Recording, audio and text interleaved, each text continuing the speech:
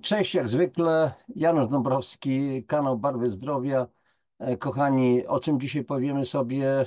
Znowu weźmiemy na tapetę to nieszczęście, tą ciężką chorobę, która spotyka coraz więcej z nas, czyli po prostu nowotwory. Chcę od razu powiedzieć, że nie jesteśmy skazani. Chcę po prostu powiedzieć, że trzeba się dobrze nastawiać, pozytywnie. Dlatego, że nam się tylko wydaje, że jak już jest nowotwór, to już jest koniec i tak dalej. Jak mówią mądrzy ludzie, rak to nie wyrok, nie ostateczny wyrok, nie ma żadnego problemu. E, Tylko trzeba wiedzieć coś na ten temat, jak nie dopuścić do rozwoju raka, ale też co można zrobić dla siebie, dla naszych bliskich, bo biorąc pod uwagę statystyki i okoliczności, przyczyny, dlaczego tylu ludzi choruje obecnie na raka, znaczy na raka, na nowotwory w ogóle, bo chcę od razu powiedzieć, że każdy rak jest nowotworem, nie każdy nowotwór jest rakiem, ale to już jest inna sprawa. Ja to wszystko wyjaśniam w tej swojej mojej książce i wyjaśniam, czy można uchronić się przed chorobą nowotworową. I jeżeli nawet chorujemy, ktoś choruje, to w jaki sposób można również zwalczyć tę chorobę. Statystyki są przerażające, bo jeszcze do niedawna oceniano, że do 2016 roku będzie na świecie będzie na świecie co roku się notowało mniej więcej 24 miliony zachorowań na nowotwory. W tej chwili już mamy 35 milionów na całym świecie, ale świat światem, my żyjemy w Polsce, więc jak zwykle nasza chata z kraja, co mnie coś tam może obchodzić. Oczywiście mnie obchodzi też, obchodzą mnie również inni ludzie z innych krajów, natomiast my w tej chwili mówimy o sytuacji w Polsce. W tej chwili ciągle, przypominam, ciągle palmę pierwszeństwa, jeżeli chodzi o przedwczesne zgony, dzierżą choroby układu krążenia, zawały, udary, generalnie miażdżyca naczyń krwionośnych i tak dalej. 140 000 śmierci co roku. Drugie miejsce to są nowotwory, gdzieś w granicach około 100 000 rocznie śmierci. Około 200 000 zachorowuje corocznie, z tego połowa umiera w przeciągu roku. I ocenia się, że mniej więcej w 2030-2035 roku będzie w Polsce zachorowywało około 300 000 ludzi, z tego połowa, czyli 150 000 będzie umierać co roku, więc liczby są przerażające i teraz chodzi o to, żeby zrobić wszystko, żeby temu zagrożeniu się przeciwstawić. Oczywiście tu chodzi o styl życia, cały czas o tym mówimy, o zdrową żywność, bo żywność powinna być zdrowa. Jedzenie nie jest to same z żywnością, tak prawdę mówiąc. Chodzi o pola magnetyczne, chodzi o czystą wodę, chodzi o to, żeby umieć radzić sobie ze stresem i tak dalej, i tak dalej. Więc tych przyczyn, i to jest masa, jest całokształt i my się tym się po prostu zajmujemy. Tu chodzi o to, żeby po prostu wspomagać swój organizm, oczyszczać go na czas, wspomagać go. Pamiętajmy, że każda nasza komórka potrzebuje dziennie 70 do 90 składników odżywczych plus woda plus tlen. A jesteśmy permanentnie, słuchajcie, kochani, niedotlenieni. Mamy do czynienia z tak zwaną hipoksemią i hipoksją. Często o tym mówię. Hipoksemia to są braki tlenu we krwi tętniczej, hipoksemia z kolei braki tlenu w tkankach, bo jeżeli w tętnicach są braki, jest za mało, niski stopień utlenowania krwi, nie utlenienia, tylko utlenowania, czyli nasycenia krwi tlenem, to później się pojawia, czyli mamy hipoksemię, to później się po prostu pojawia hipoksja. I tak jak mówił już profesor Otto Warburg w latach 30. ubiegłego stulecia, czyli jeszcze przed II wojną światową, to są dwie podstawowe przyczyny powstawania nowotworów. To jest niedotlenienie organizmu i zakwaszenie organizmu, zatoksycznienie.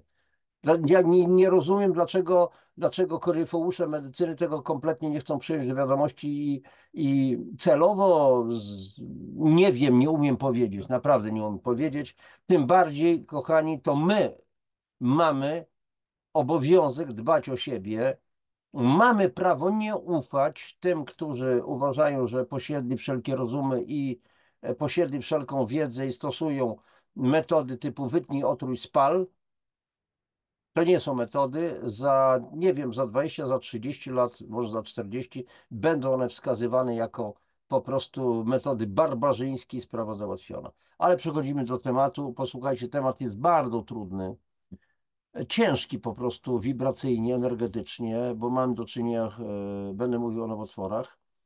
Będzie to temat dość długi, natomiast dobrze byłoby, żebyście wytrzymali po prostu do końca, obejrzeli ci, którzy chcą wiedzieć więcej.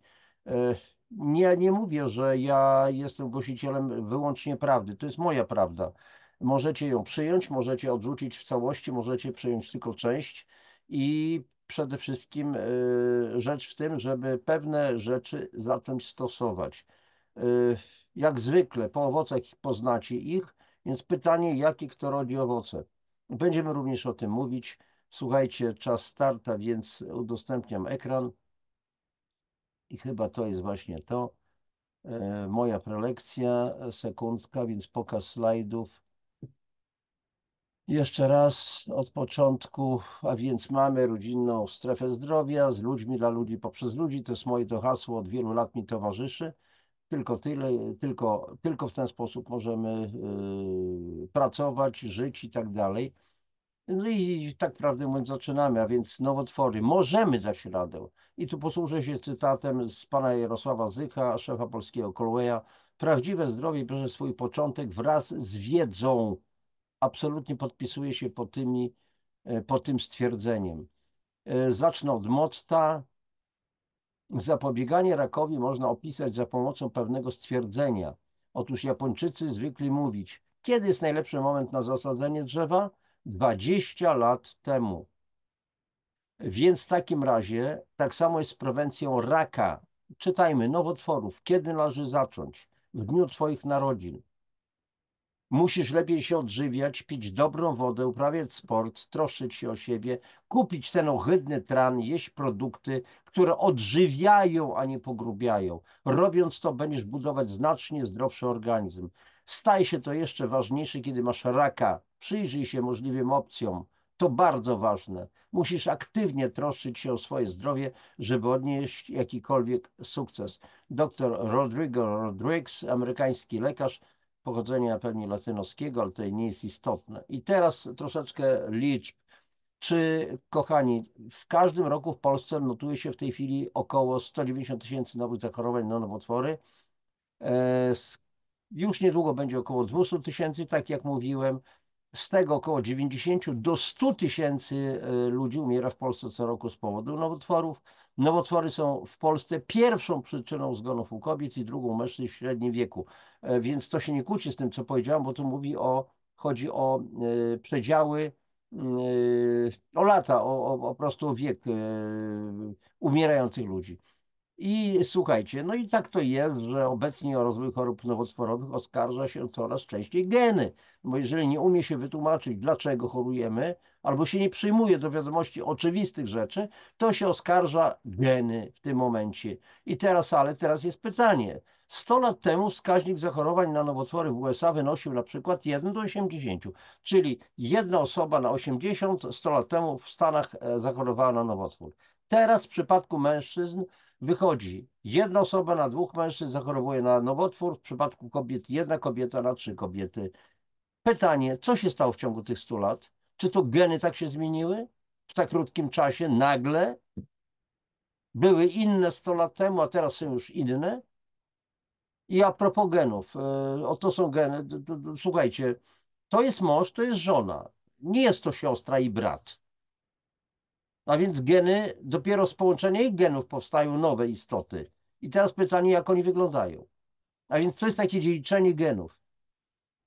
Bzdura nad bzdurami, tylko w pewnych przypadkach geny mogą mieć znaczenie. A jeżeli nawet przyjmujemy, że geny mają solidne znaczenie, to trzeba w takim razie dbać o profilaktykę, po prostu prewencję zwyczajną.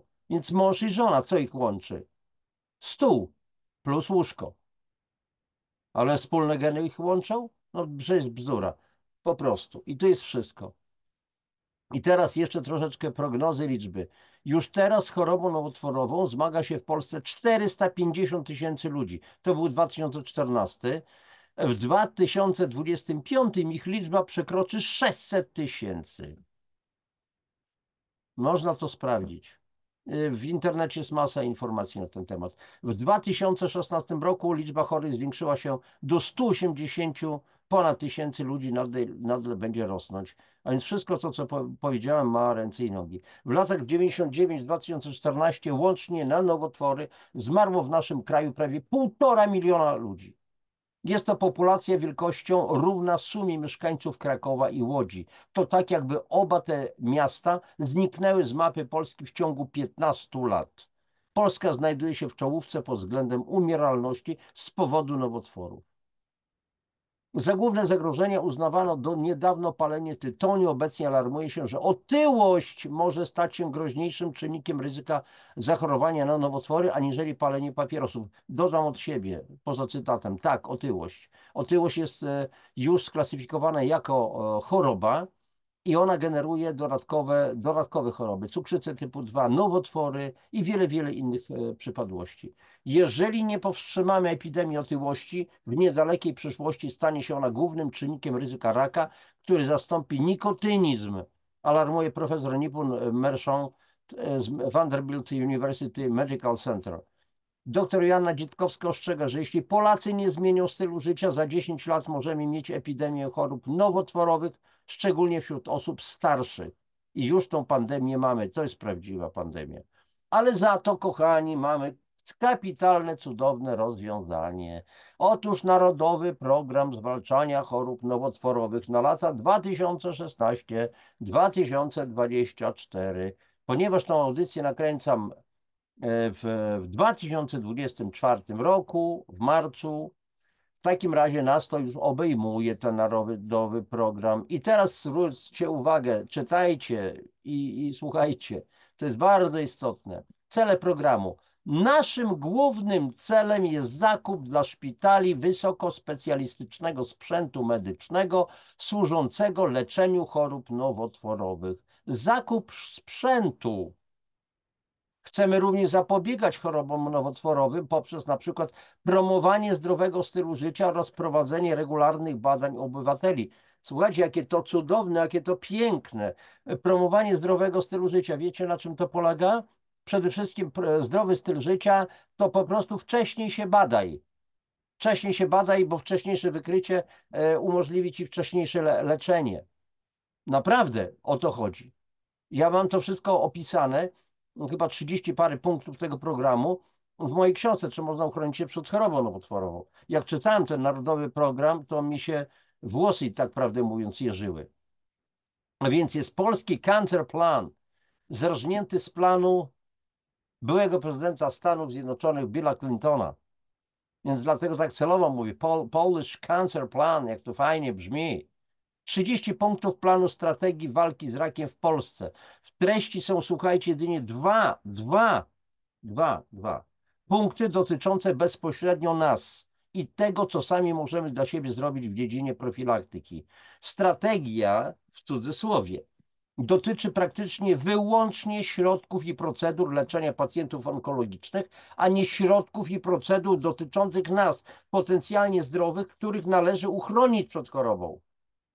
W tej strategii nie ma nic praktycznie, co my mamy robić, jak nas poinformować, jakie systemy edukacyjne dotyczące tego, jak mamy się chronić przed nowotworami. Nie będzie tego, dlatego że rak, nowotwory w ogóle to jest potężny przemysł, ogromne pieniądze. Chcę tylko powiedzieć, że kiedyś przeczytałem taką informację, że w Niemczech taka kuracja antynowotworowa, oczywiście medyczna, tak nie full wypas, płacona oczywiście przez kasy chorych, to jest 330 tysięcy euro kosztuje. 330 tysięcy, na tym zarabiają szpitale, firmy farmaceutyczne i tak dalej. Czyli konkluzja moja, przed pożarami ma nas uchronić więcej sikawek, więcej strażaków, więcej wozów bojowych straży pożarnej i tak dalej. A może tak zacząć budować ognioodporne domy i nauczyć nas zasad prawidłowego obchodzenia się z ogniem. Może w ten sposób. Oczywiście pozostawiam to do waszej, że tak powiem, oceny. Mamy powszechne problemy zdrowotne.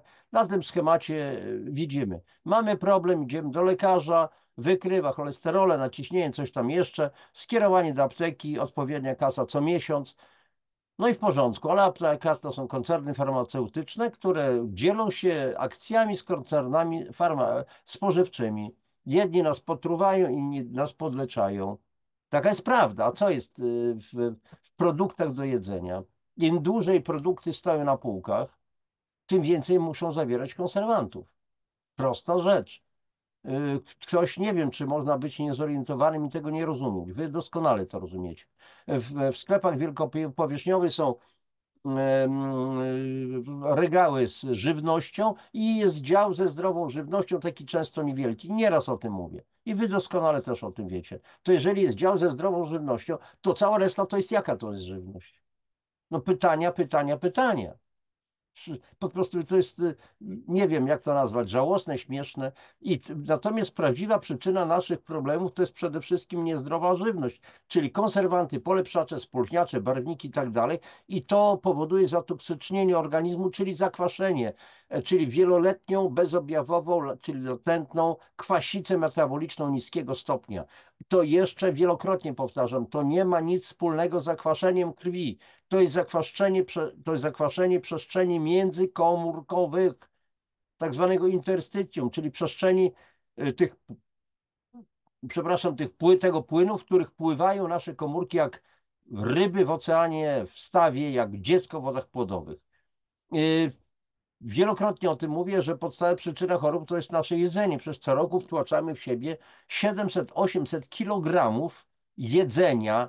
Ciągle zapominam skasować to słowo żywność, bo to już nie jest żywność, tylko jedzenie. I w tej całej masie te 6-8 kg to są pestycydy, polepszacze, spulchniacze, barwniki, metale ciężkie, nano, mikroplastik, czyli coś, co zdecydowanie nie jest żywnością, czyli spożywamy bezwartościowe produkty, ładnie wyglądające, smaczne oczywiście, ale one są pozbawione kluczowych dla naszych organizmów mikro i makroelementów i są nasycone po prostu chemią. Jak mówił dr Dennis Burkitt, wybitny brytyjski chirurg, odkrywca chłoniaka Burkitta, nowotworu, ludzie chorują z powodu toksyn, chemicznych substancji, metali ciężkich, które zanieczyszczają organizm. To samo powtarza dr Robert Young, autor między innymi książki Cud pH. To, co błędnie nazywamy chorobą, jest tak naprawdę manifestacją odłożonych kwasów i toksyn w ciele. Ja wielokrotnie o tym do tego wracam, powtarzam, bo uważam, że o tym ciągle trzeba przypominać. Nie chodzi o jedną audycję, gdzieś tam się zagubiło i tak dalej, tylko ciągle to po prostu to samo mówić na wiele różnych sposobów. I to zakwaszenie, czyli kwasica metaboliczna niskiego stopnia, jest znana już w zachodniej medycyny akademickiej od początku XXI wieku właśnie jako permanentna, utajona, bezobjawowa, inaczej latentna, niskopoziomowa kwasica metaboliczna, zwana potocznie zakwaszeniem. I jeszcze raz powtórzę, że ta łagodna, przewlekła kwasica metaboliczna może wystąpić mimo prawidłowego poziomu pH krwi, czyli to nie ma nic, czy niewiele ma wspólnego z zakwaszeniem krwi. Organizm będzie bronił odpowiedniego poziomu pH krwi. Średnie pH krwi to jest 7,365, czyli mniej więcej od 7,35 do 7, powiedzmy 40-45 i tutaj tak w takich granicach ma się sytuować to zakwaszenie, to pH krwi. I jak mówił profesor Otto Warburg, zakwaszenie organizmu, czyli permanentna, utajona kwasica metaboliczna niskiego stopnia, jest przyczyną nowotworów. Dzisiaj mamy kilkadziesiąt nowotworów, w tym złośliwe u kobiet. Nowotwory jajnika, jajników, sutka, macicy, pęcherzyka żółciowego, u mężczyzn pęcherza moczowego, prostaty i jelita grubego. Jak się nie trzyma równowagi kwasowo-zasadowej na rzecz czynnika alkalicznego zasadowego, to później mamy po prostu problemy. I profesor Otto Warburg już na początku XX wieku, czyli w latach 30. ubiegłego wieku, twierdził, że podstawową przyczyną powstawania komórek nowotworowych w organizmie jest osłabiony układ immunologiczny, odpornościowy. i zaburzona przemiana materii, czyli metabolizm powodowany przede wszystkim zakwaszeniem organizmu. Czyli tkanki nowotworowe są kwaśne, natomiast zdrowe tkanki są alkaliczne. To jest cytat z profesora Otto Warburga. I następny cytat. Wszystkie formy nowotworowe charakteryzowane są przez dwa podstawowe warunki: kwasica oraz hipoksja, czyli brak tlenu w tkankach, czyli to, co wcześniej o czym mówiłem. Teraz następne pytanie, bardzo ciekawe i bardzo bulwersujące. Czy naprawdę choroba nowotworowa istnieje? Hmm. Moglibyście powiedzieć, no Janusz, zwariowałeś, czy jak? No oczywiście, że istnieje. Przecież leczymy nowotwory, lekarze o tym mówią i tak dalej, i tak dalej. Ale. Posłuszmy się oczywiście bardzo spektakularną wypowiedzią pana Jerzego Zięby. Jerzy, pozdrawiam cię serdecznie. Wiecie o tym, że się znamy, szanujemy się. Nie ma czegoś takiego jak choroba nowotworowa, to jest wymysł. A co jest? Jest jakaś bliżej nieokreślona choroba układu immunologicznego. I ja tu się zgadzam. Dr Hardin B. Jones, profesor fizyki medycznej fizjologii w Berkeley w Kalifornii, mówi: to nie rak zabija ofiary, lecz zniszczenie mechanizmów obrony układu odpornościowego organizmu, co ostatecznie prowadzi do śmierci. Ludzie, którzy odmówili leczenia typowego, żyli średnio 12,5 roku. Ci, którzy przyjęli inne rodzaje leczenia, żyli średnio tylko 3 lata. Oczywiście, ja tutaj nie dyskutuję, jeżeli jest bardzo duży guz, należy go wyciąć, ale co później? Glejak, no to się wycina glejaka. Znam osobę, która miała 3 operacje na glejaka wycinane. I co dalej? Chemię zastosować, ale po co? Jeżeli już jest glejak wycięty, jeżeli guz wycięty, to po co chemia niszcząca? A stosuje się chemię. I co dalej? Przecież przyczyną nowotworu, będę jeszcze o tym mówił, w 95% na 100, czyli na 100 ludzi, którzy chorują na raka, 95 mniej więcej umrze z powodu przerzutów, czyli tak zwanej metastazy, ale jeszcze będziemy o tym mówić. Dalej, cytat z doktora Caldwella, Leonard Caldwell. Każdy rak może być wyleczony w ciągu tygodnia, audycja na YouTubie. Rak nie jest chorobą. Rak jest objawem i zazwyczaj sygnałem dla chorego. Pacjenci zaczynają myśleć o rozwiązaniach, o tym, co muszą zmienić w swoim życiu. Ludzie muszą zrozumieć, że nowotwór to są jedynie objawy. Czego? Zatrucia krwi, kwasicy oraz braku energii wywołanych stresem umysłowym i emocjonalnym. Więc nie tylko naturopaci, ale także wielu lekarzy medycyny akademickiej twierdzi to samo. Nowotwór nie jest chorobą. Jest objawem tego, że w organizmie dzieje się źle. Objawem choroby ogólnoukładowej, osłabienia organizmu.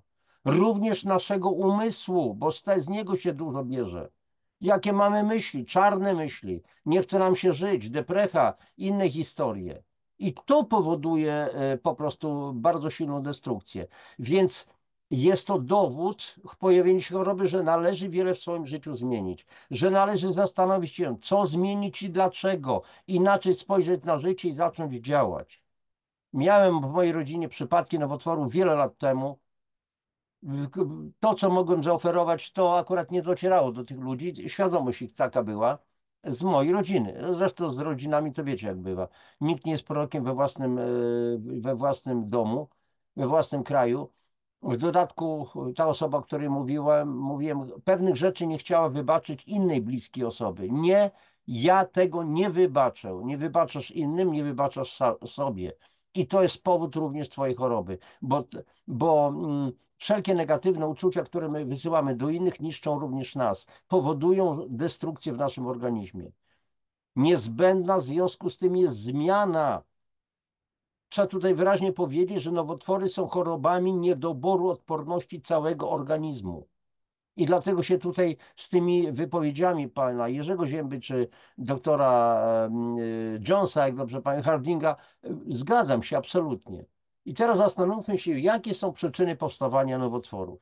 Po pierwsze, kancerogeny, czyli chemiczne, toksyczne substancje, w tym również leki, destrukcyjne struktury obecne w pożywieniu, wodzie, powietrzu, w jedzeniu, znowu pożywienie, w jedzeniu. A więc to, o czym mówiłem, te metale ciężkie, te pestycydy, te barwniki, te polepszacze, spróchniacze i tak dalej, i tak dalej. Stresy oraz wewnętrzne konflikty psychobiologiczne.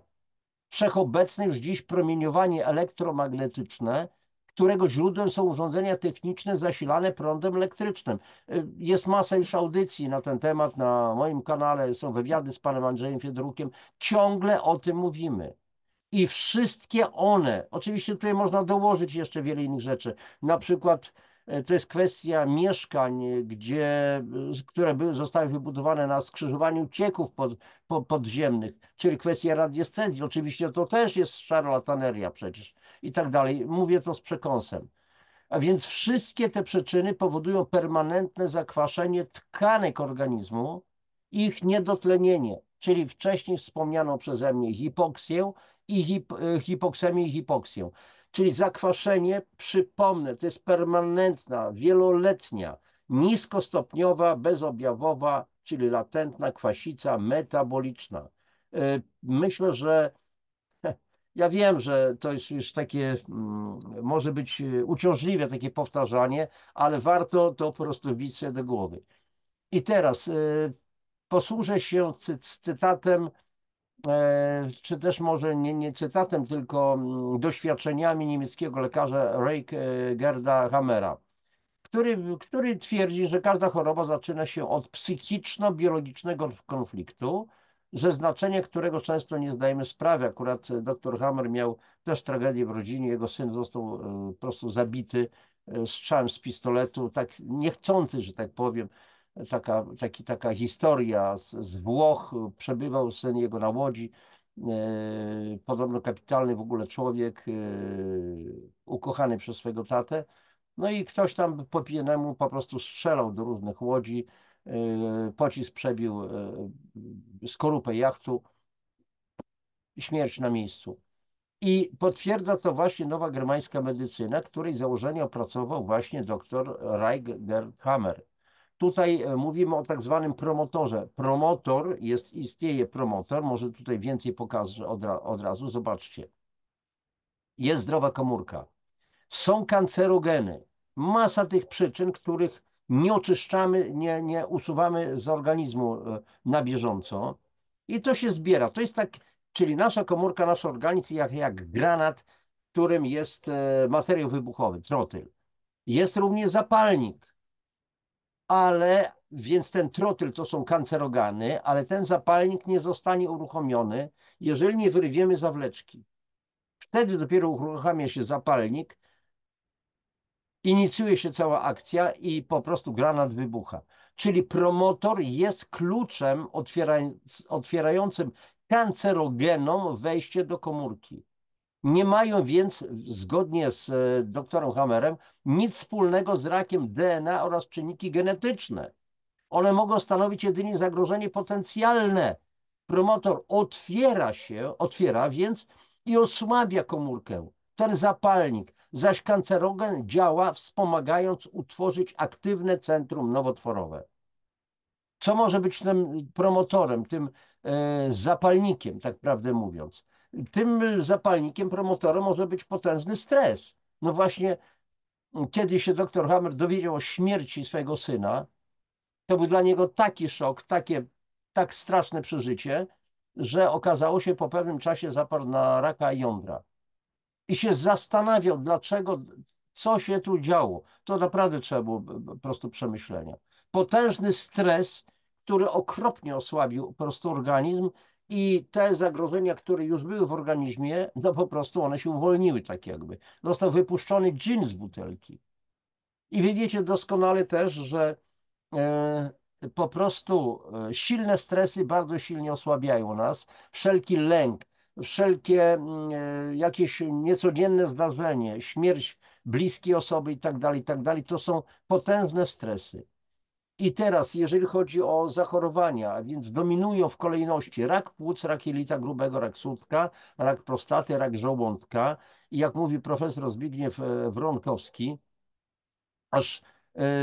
to jest prezes Polskiego Komitetu Zwalczania Raka, aż 35% przypadków raka ma swój początek w nieodpowiednim żywieniu i piciu i potwierdza to następny polski profesor, który pracuje w Quebec, w Kanadzie, immunotoksykolog, złe nawyki żywieniowe są 10-krotnie ważniejszym czynnikiem ryzyka nowotworu niż wszystko inne. I wyróżnia się 3 stadia rozwoju choroby nowotworowej. Dlaczego o tym będę mówił?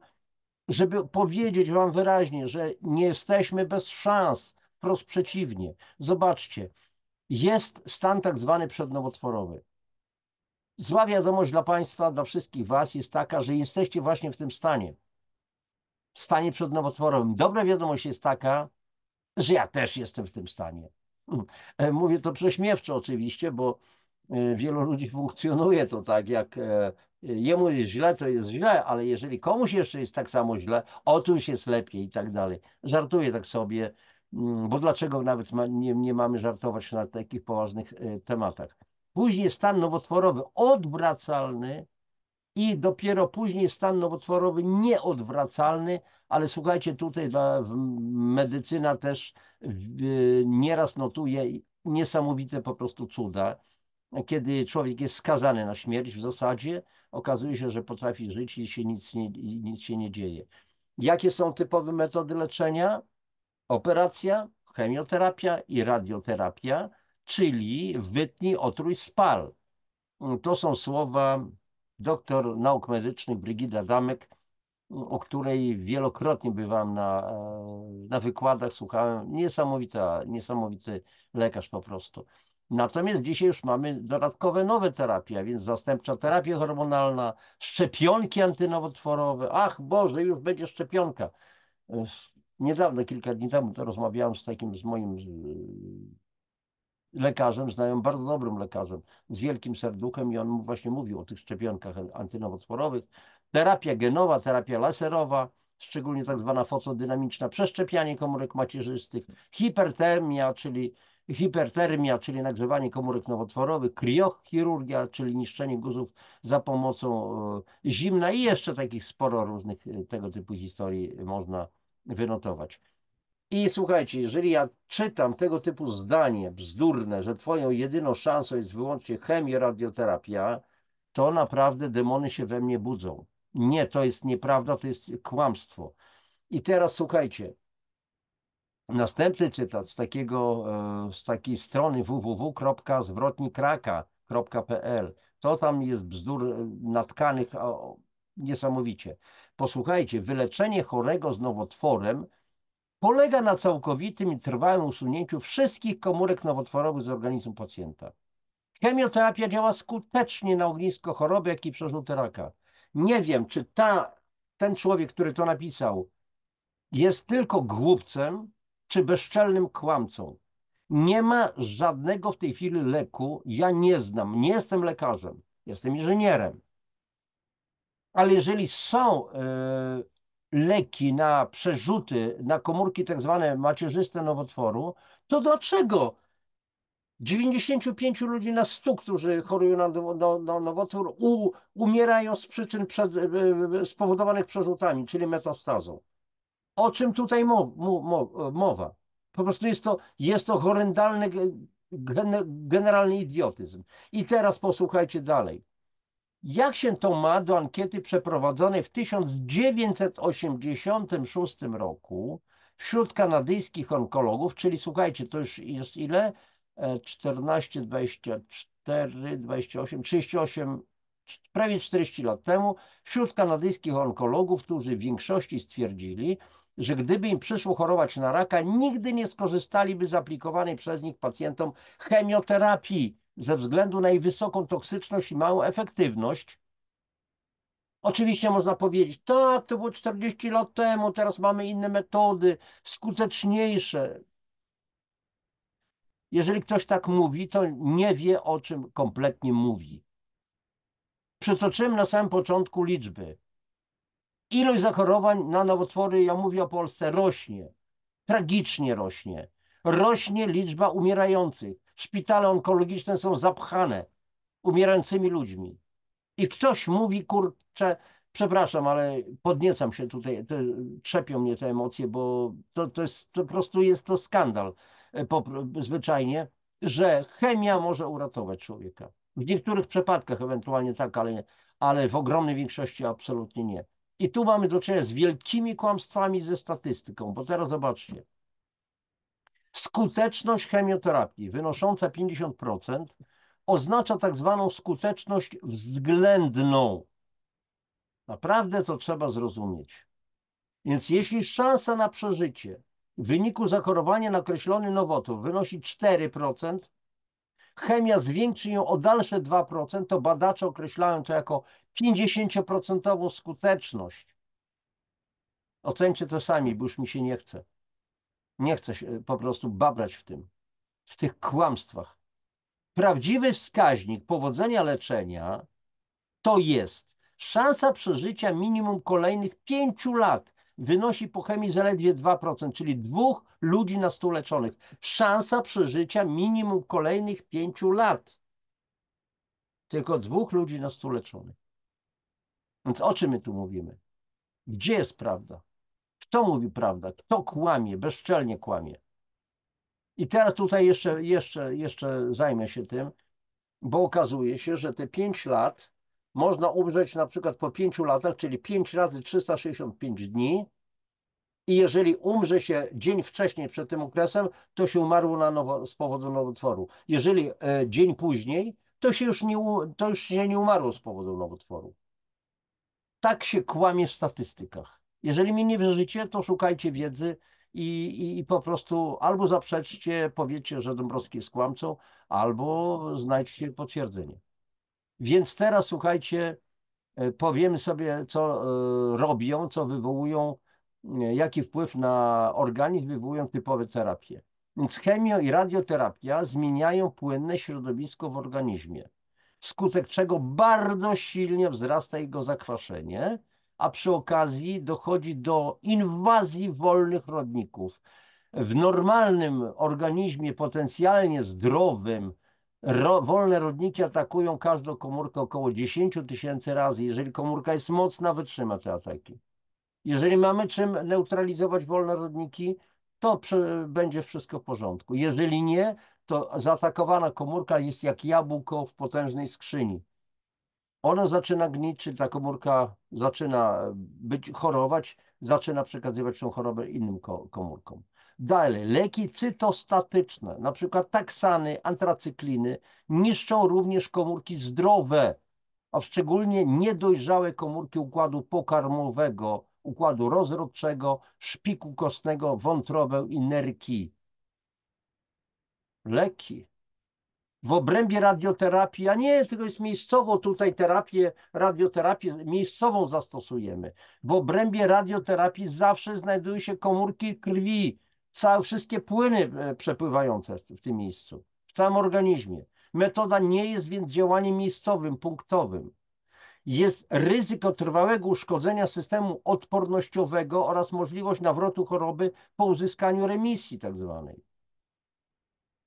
Jest też poważne niebezpieczeństwo przerzutów tzw. komórek macierzystych, czemu nie zapobiega ani radioterapia, ani chemioterapia. Kompletnie.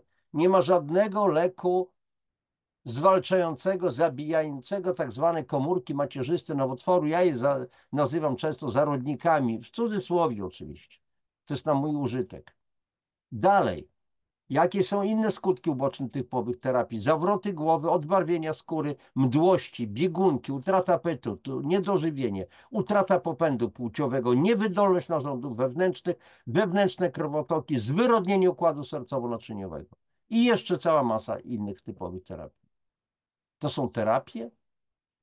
Śmiech na sali, żeby to nie było tragiczne. A więc te wszystkie metody typu wytnij, otruj, spal nie są kompletnie skierowane na przyczynę. Więc wnioski. Pacjenci nowotworowi powinni otrzymać dodatkową terapię profilaktyczną przeciwnowotworowi oraz przerzutom, w tym psychoterapię.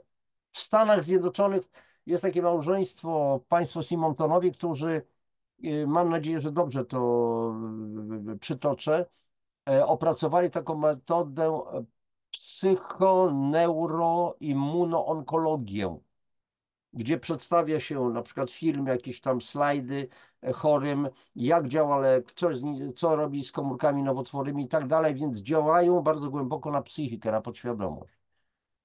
Dalej, jeżeli pacjenci nowotworowi powinni otrzymać dodatkowo terapię profilaktyczną, wspomaganie organizmu, to z kolei wymaga indywidualnej terapii uwzględniającej stabilizację uszkodzonych komórek i wzmacnianie systemu odpornościowego.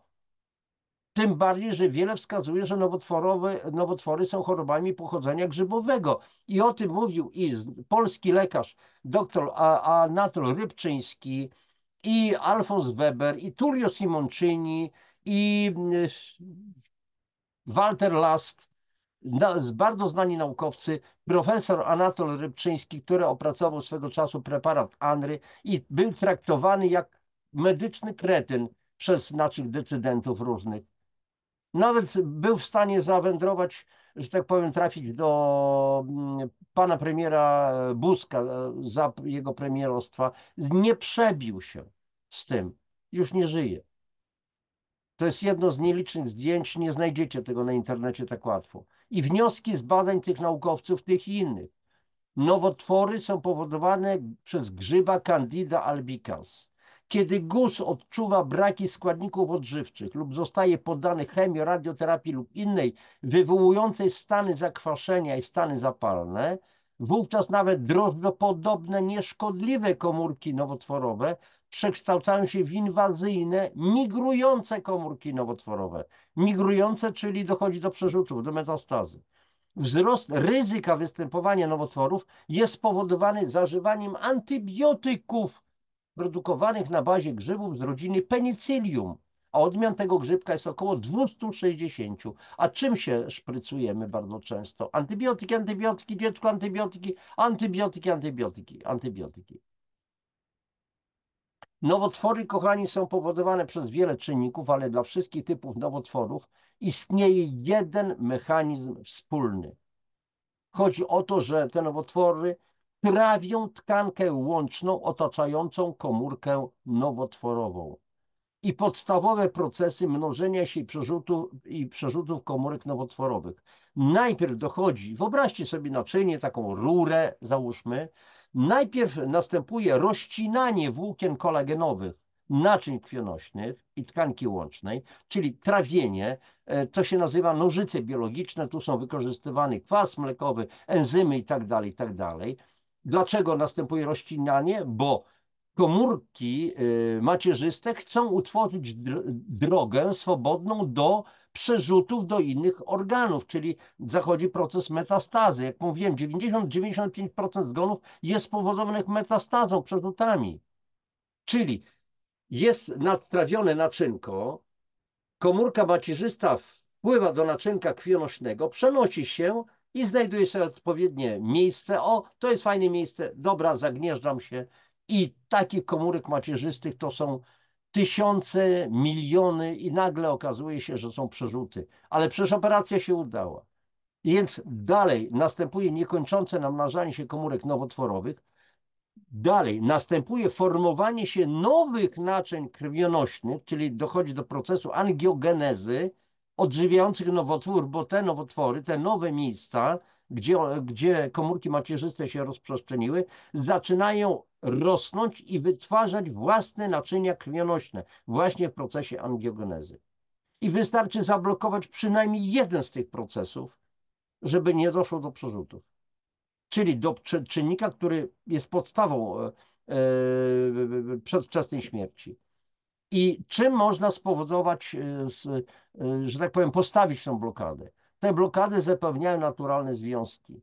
Witaminy, ale naturalne, nie syntetyczne, minerały, szczególnie krzem, aminokwasy, a więc na przykład L-arginina czy N-acetylocysteina, polifenole, czyli tak zwane fitozwiązki, na przykład OPC, czyli oligoproantocjanidyny, czy EGCG, czyli epilogalusanian, katechiny, kurkumina, apigenina, beta-glukany zawarte na przykład w grzybkach reishi i wielu innych grzybach, laktoferryna, prolina, białko DBP, będę o tym jeszcze mówił, białko wiążące witaminę D, między innymi tak zwane GC-globulina wspólnie z witaminą D3. Wszystko to jest obecnie na przykład w kolostrum, czyli w siarze. A siara to jest wydzielina gruczołu mlecznego każdego ssaka, również ludzkiego ssaka, czyli nasz ludzi. W momencie, kiedy dziecko się rodzi, mama taka wytwarza piersi gruczoły mleczne, wytwarzają siarę, czyli kolostrum i w tej siarze między nimi jest tak GC-globulina, ale to już mniejsza z tym. I w synergistycznym powiązaniu blokują one wszystkie mechanizmy rozwoju nowotworu. Jeżeli to zastosujemy, czyli bardzo szerokie wspomaganie organizmu. I teraz słuchajcie, to co jest rzadko raczej no, można spotkać tą wiedzę, trzeba troszeczkę poszukać. Otóż jest tak zwane białko DBP i ono jest prekursorem do powstania białka aktywującego makrofagi, czyli białka GC-MAF. Makrofag, czyli wielki żarłok. Ten wielki żarłok potrafi po prostu wykrywać komórki nowotworowe i wchłonąć je oraz strawić. Ale czynnikiem katalizującym działanie tego białka aktywującego makrofagi jest witamina D3. Ile nam się poleca? 2000 jednostek określa się, to jest olbrzymia dawka. A w jednej z moich audycji mówiłem, że kiedyś polska Polfa, czyli przedsiębiorstwo farmaceutyczne, produkowało witaminę D3 w kapsułkach i w tej jednej kapsułce było 300 tysięcy jednostek jednorazowo. Kapsułka nie była rozcinana na pół. To jak? To gdzie jest tutaj prawda? Nie mamy witaminy D3, nie ma produkcji białka aktywującego makrofagi, nie ma makrofagów i sprawa załatwiana. A więc to białko GC-MAF, czyli aktywizujące makrofagi, jest najsilniejszym odkrytym dotąd czynnikiem aktywującym makrofagi. Ale na ten temat jest też bardzo mało badań, albo są ukrywane. I teraz co się dalej dzieje? Otóż okazuje się, że czynnikiem niszczącym oba białka, DBP i GC-MAF, czyli to drugie białko aktywujące makrofagi, jest enzym nagalaza. O, tu widzicie prawidłową, długą nazwę alfa-N-acetylgalaktosaminidaza. I ten enzym, nagalaza w skrócie, jest wydzielany przez komórki nowotworowe. Można powiedzieć, że ten enzym jest bardzo inteligentnym czynnikiem, albo komórki nowotworowe są bardzo inteligentne, tak prawdę mówiąc. Okazuje się, że u pacjentów z nowotworami aktywność makrofagów jest znacznie obniżona ze względu na bardzo wysoką aktywność nagalazy. I w ten sposób antynowotworowe i inne antypatogenne działania układu odpornościowego są skutecznie blokowane właśnie przez nagalazę. Nagalaza powoduje zanik odporności. Nie ma czym, nie mamy broni, nie mamy amunicji, nie mamy nic, czym moglibyśmy zwalczyć tego po prostu przeciwnika. I tutaj, przepraszam, według profesora Nobuto Yamamoto, nagalaza ma to do siebie, że nie zużywa się w swoim destrukcyjnym działaniu, nie traci swoich właściwości, dlatego jest w stanie zniszczyć ogromne ilości cząsteczek tego białka DBP, aby nie powstały z nich cząsteczki GC-MAF, aktywujące makrofagi. Nie jest jej w stanie zdezaktywować żaden znany lek, ani akademickie metody leczenia. W wyniku jej działania poziom białka GC-MAF w organizmie drastycznie maleje. I obecnie wiele badań wskazuje na związek wielu chorób. Tarczycy, cukrzycy, autyzmu, stwardnienia rozsianego i innych chorób neurodegeneracyjnych, przewlekłej choroby płuc z niskim poziomem białka GC-MAF. A więc wnioski trzeba po prostu wyciągnąć z tego wszystkiego. I teraz tutaj bardzo ciekawy cytat z doktora nauk medycznych Tomasza Drewniaka. U chorych na raki gruczołowe, czyli przerzuty raka sutka, stercza, czyli prostaty, jelita grubego, leczonych po 100 nanogramów GCMA tygodniowo, guzy te zniknęły w ciągu 16-25 tygodni. Stwierdzono brak wznowy choroby nowotworowej przez ponad 6 lat po zakończeniu leczenia GCMAF. Po podaniu dożylnym GCMAF stymuluje on komórki macierzyste szpiku, powodując 200-krotny wzrost ich liczby na obwodzie krwi w ciągu 2 dni.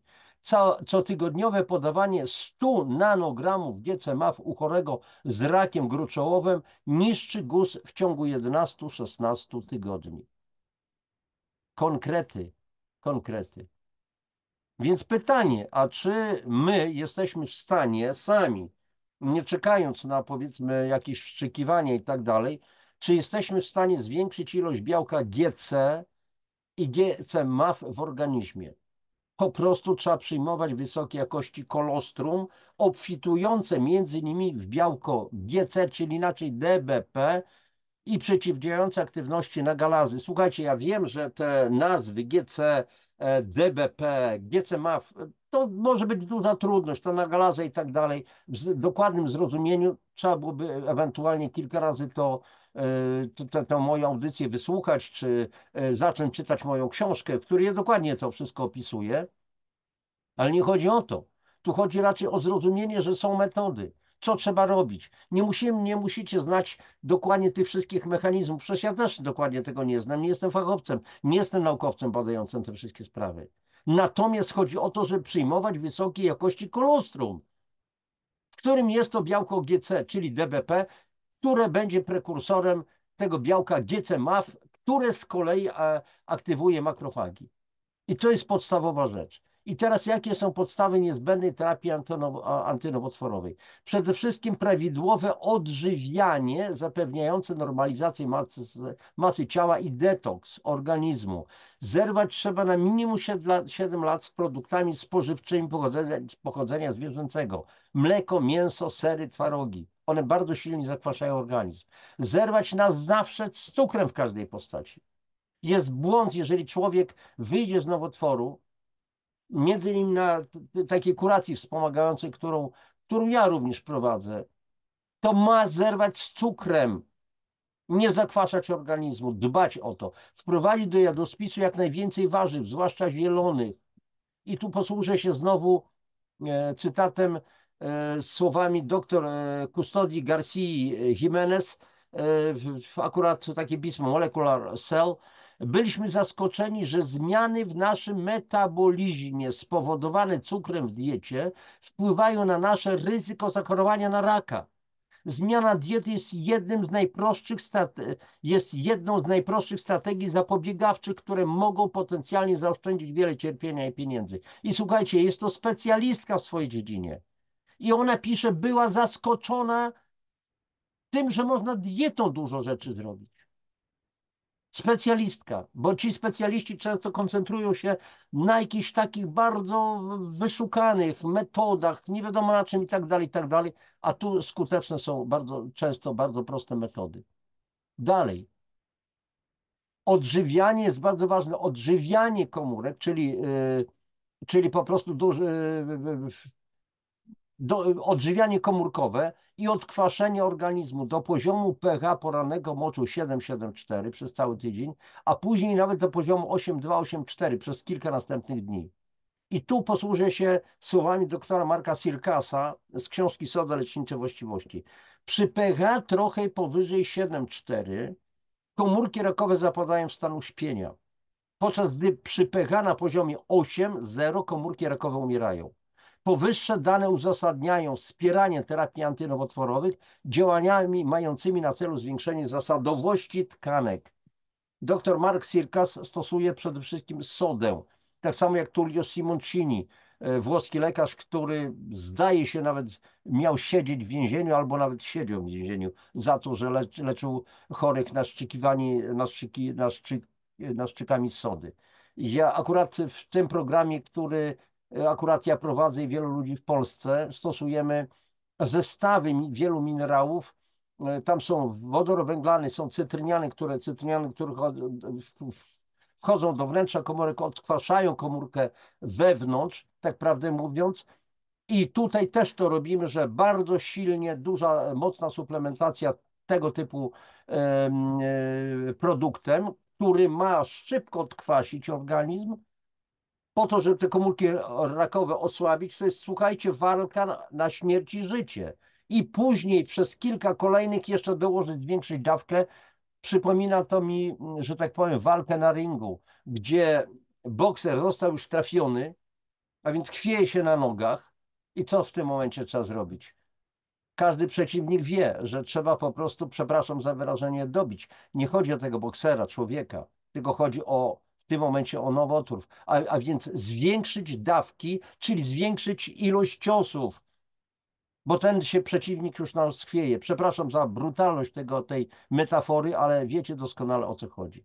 Dalej, trzeba zapewnić prawidłową pracę jelit, czyli odbudować prawidłową florę bakteryjną w jelitach, bo jelito to jest 80% mocy układu odpornościowego. Dalej, trzeba przyjmować preparaty ziołowe i inne, na przykład tymianek, jeżówkę, żel aloe vera w połączeniu z krzemem z pokrzywy, który aktywizuje 12-krotnie makrofagi. Warto brać miodunkę, skrzyp, poziomkę, kozieradkę, konopie, olejek CBD, preparaty grasicy, polifenole, czyli tak zwane OPC, galusanian epigallokatechiny, czyli w ogóle katechiny zielonej herbaty, kwercetyna. Trzeba brać kolostrum, reishi, koenzym Q10, czarnuszkę egipską, wszelkie symbiotyki, czyli preparaty zawierające bakterie prebiotyczne z pożywką, czyli probiotyk i prebiotyk. Dalej, trzeba przyjmować kwasy tłuszczowe omega-3, zwłaszcza EPA i DHA, które przyspieszają proces rekonwalescencji i zmniejszają, w przypadku oczywiście radioterapii, uszkodzenia skóry spowodowane właśnie tą radioterapią. Przyjmować duże dawki witaminy C, D oraz minerałów, selen, mangan, miedź, cynk, chrom. Komórka musi funkcjonować. Komórka ma otrzymać dziennie 70 do 90 składników odżywczych plus, jeszcze raz powtarzam, plus woda i plus tlen. Więc wspomaganie organizmu, wzmacnianie jego odporności jest absolutnie niezbędne w chorobie nowotworowej. A czy wiecie, jak często ja słyszałem takie bzdury mówione przez, nie wiem, kto im dał w ogóle tytuły medyczne, dopuścił. W żadnym wypadku żadnych suplementów, bo to tylko wzmacnia raka, rak się tym odżywia. Czyli zabić najlepiej chorobę razem z człowiekiem, sprawa załatwiona. Po prostu to jest coś nieprawdopodobnego. Więc ci lekarze, którzy chorym na nowotwór nie zalecają przyjmowania naturalnych witamin, związków mineralnych oraz innych naturalnych suplementów diety, zagrażają po prostu życiu pacjentów. To nie są moje słowa. To są słowa również lekarzy, którzy znają ten temat doskonale. I z kolei dziennikarze publikujący kłamstwa o szkodliwym działaniu naturalnych suplementów diety, w tym witamin, popełniają zwyczajnie przestępstwo. Tak uważam, tak uważam. Tu chodzi o nasze życie, o nasze zdrowie. I jeżeli doktor habilitowany nauk medycznych Brygida Adamek mówi, w polskich rodzinach dieta jest wybitnie niedoborowa. Jedyna dziś rozsądna alternatywa dla niedoborów pokarmowych organizmu to suplementacja. Jeżeli profesor Ożarowski mówi, jesteśmy skazani na suplementację, to o coś tu chodzi.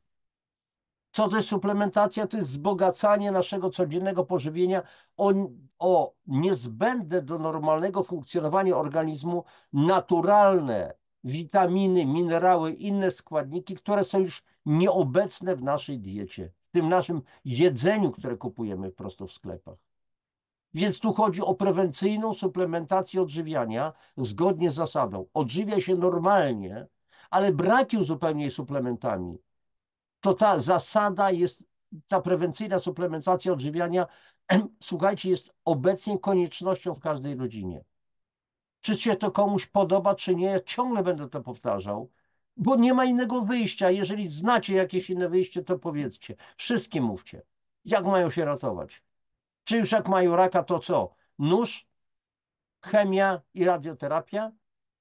I ta prewencyjna suplementacja odżywiania powinna się opierać przede wszystkim na suplementach pochodzenia roślinnego działających na organizm kompleksowo i wielopoziomowo.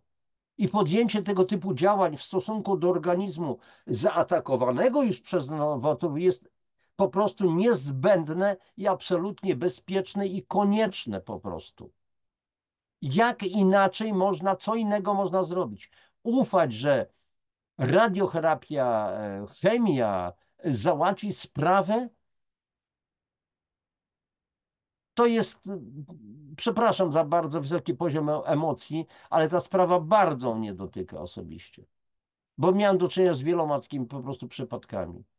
I zaraz warto zadać sobie pytanie następne, a co jeśli okaże się takie wspomaganie organizmu znacznie skuteczniejsze i od typowych terapii konwencjonalnych? Więc pytanie, a co? Ale pierwsza sprawa, tak jak mówi dr Rodrigo Rodriguez, cytowany już na samym początku przeze mnie, jeżeli dowiedziałeś się, że chorujesz na nowotwór, przez kilka dni masz prawo wrzeszczeć, krzyczeć, płakać, przeklinać, bić głową w ścianę, chociaż szkoda głowy. Ale później weź się za siebie i zdobądź informację najpierw. Co możesz zrobić? Przestudiuj dostępną literaturę. Rak to nie zabija w ciągu 2, 3 dni, w ciągu tygodnia. Zbierz wiadomości, opanuj się, opanuj stres i po prostu dowiedz się, co może zrobić i podejmij decyzję. Nawet jeżeli to będzie decyzja dotycząca chemii, czy radioterapii, czy czegoś innego, nie ma sprawy, ale to będzie twoja decyzja. Ale najpierw zbierz informacje. W moim przypadku akurat macie tutaj książki, czy można uchronić się przed chorobą nowotworową, jak wspomagać organizm. To była taka publikacja najpierw do użytku wewnętrznego dla tych ludzi, którzy pracują w kompleksowym programie zdrowia, ale to później zaczęło wychodzić poza obręb, więc ją zamieszczam. Ale mówię, czego mogłeś jeszcze nie wiedzieć o zakwaszeniu organizmu i tak dalej, jak odkwaszać organizm, dlaczego to zakwaszenie jest takie groźne. Trzeba o tym wiedzieć po prostu. Oczywiście, że mówimy o tym wszystkim na naszym kanale Barwy Zdrowia Janusz Dąbrowski, więc zapraszajcie swoich znajomych, bo tam jest wiedza. Posłuchajcie, ja mogę się mylić w tym, co mówię, choć nie sądzę, ale przede wszystkim mówię o tym uczciwie. Nie ma tutaj żadnego oszustwa. Jeszcze raz powtarzam, mogę mylić się, bo mogę nie do końca być świadomy, ale pytanie, a co robią inni, którzy albo mają świadomość, a więc kłamią zwyczajnie, albo tej świadomości nie mają. Więc kwestia jest porównania, a wy macie też, kochani, własne rozumy, potraficie oceniać i trzeba to właściwie ocenić i po prostu podjąć decyzję. Z pełnym szacunkiem, jeżeli ktoś wybiera chemię czy jakieś inne metody, jest z pełnym szacunkiem, mówię, ok, to jest twoja decyzja. Więc z drugiej strony, tu chwytam byka za rogi, bo coraz więcej ludzi pyta mnie, mam sporo osób z Polski dzwoni do mnie, jak ewentualnie co zastosować, jak wspomagać organizm, więc słuchajcie, no każdy może skorzystać z systemu wspomagania organizmu na bazie kompleksowego programu zdrowia, opracowanego zresztą przez lekarzy, czeskich lekarzy. Po prostu to jest moja taka idea fix. Jeszcze nikomu nie odmówiłem informacji, to jest darmowa sprawa, ale najpierw, zanim ktoś zechce rozmawiać, niech pogląda te audycje. Bo jeżeli spotykam się z człowiekiem, który nie ma, no, przepraszam, że to strasznie może zabrzmi, ale takiego zielonego pojęcia, to jest bardzo trudna rozmowa. To jest jak uczenie abecadła małego dziecka.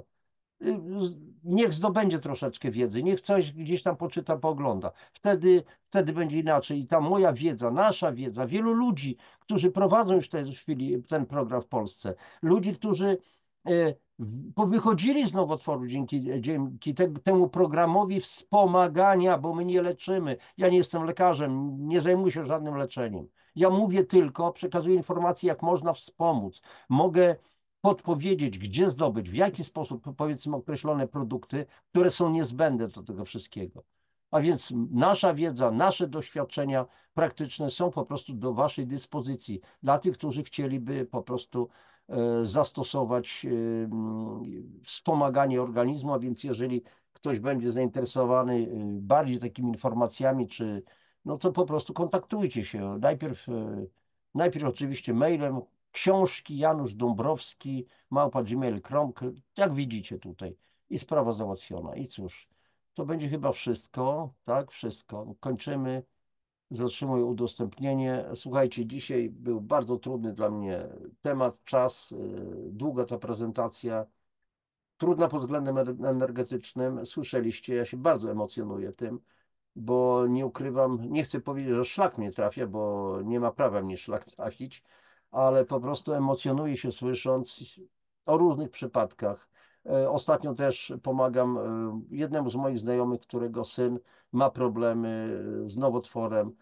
Mama jest akurat, no ale mniejsza z tym nie mogę więcej powiedzieć, bo zostaną rozpoznani. Eee, no i cóż, ojciec absolutnie zdecydowany wie, o co chodzi. Zresztą też zajmuje się rehabilitacją ludzi, więc wie, na czym rzecz polega. A syn kompletnie pewnych rzeczy nie rozumie, wierzy w to, że coś innego mu pomoże i nie, ja tego nie będę brał i tak dalej. No to nie da się zbawić nikogo na siłę, niestety. Chociaż jest to przykre, jest to bardzo trudne dla nas, rodziców, kiedy nasze dzieci odchodzą. To jest bardzo trudne. Nie każdego możemy uratować. Nawet najlepsza terapia może nie pomóc, bo też, słuchajcie, wiele dzieje się w naszym mózgu. Pytanie, jakie kto ma programy. Może ma programy bardzo destrukcyjne. Są ludzie, którzy po prostu nie chcą żyć na tej planecie, w tych warunkach i odchodzą. To jest ich decyzja. Też to trzeba uszanować. Dziękuję, żeście byli razem ze mną, bo to był, jeszcze raz powtarzam, bardzo trudny temat. Wyczerpujący. Bardzo dziękuję wam za uwagę. Jeżeli uznacie, że to, co mówiłem dzisiaj, ma sens, proszę przekazujcie to dalej w postaci linków. Dużo ludzi ma się z tym zapoznać. Ja wiem, że wielu będzie niewierzących. To jest ich sprawa, ich wybór. Ja wiem i umiem to przyjąć do wiadomości, że wola człowieka, tu cytuję z pewnej książki, wola człowieka, nawet upadłego, ma być uszanowana. Ale on przynajmniej otrzymał wiedzę. Otrzymał wiedzę i jego decyzja. Nic więcej nie możemy zrobić. Trzymajcie się dobrze. Papatki.